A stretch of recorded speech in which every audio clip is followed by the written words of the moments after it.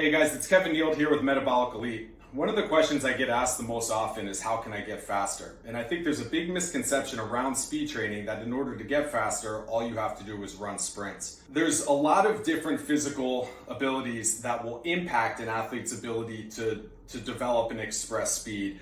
And to help illustrate those, I developed this pyramid here that just shows the relationships and potentially the order in which they should be addressed if somebody's looking to get faster. Down here at the bottom is movement capacity. So does the athlete have the requisite range of motion? Do they have the joint mobility and the control to get into the positions that are associated with skating faster? So in ice hockey, for example, it's fairly well established that faster skaters adopt lower skating positions. So we can look at, does the athlete have the hip flexion? Do they have the ankle dorsiflexion that's going to allow them to get into a deeper skating position? As they get into a deeper skating position, the hip abduction, so the leg going out to the side, that range of motion increases as well. So if a player has great dorsiflexion and hip flexion, they can get down really low, but their hip gets stuck here, they're not going to be able to extend their leg all the way out to be able to use that deeper skating position to execute a full skating stride. So what happens is if somebody doesn't have full hip abduction, they may adopt a higher skating position because that's what allows them to push all the way through and extend that knee fully.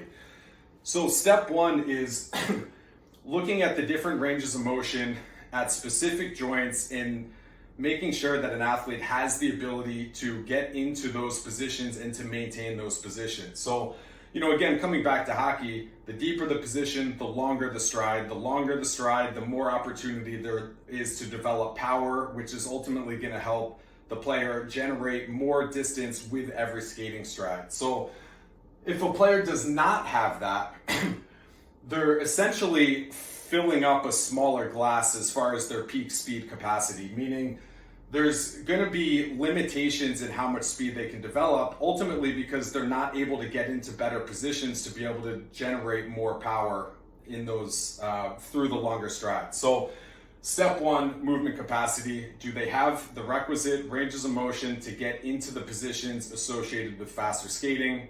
This applies to all sports as well. So step two then is once they can adopt those lower skating positions, do they have the ability to create force there? We know that in order to propel the body forward, you have to generate large amounts of force. So step two, can they produce force? Step three, the faster you can produce that force, the faster you're going to push out of those deep positions, and ultimately the faster you can turn over to the next stride, and the faster you can continue to develop forward momentum. So as we kind of climb this ladder here, we're looking at developing force or developing strength, developing power, which is essentially developing force quickly or covering a certain amount of distance faster, and then ultimately, at the top of this pyramid is the speed training side of things. So, and then over on the side here, ROFD just stands for rate of force development. That just means how fast can you produce force.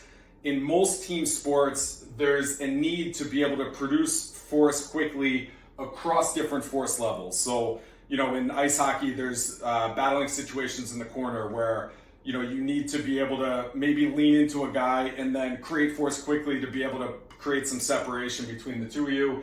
In contrast, at higher speed movements, being able to generate force quickly but at high speeds is essential.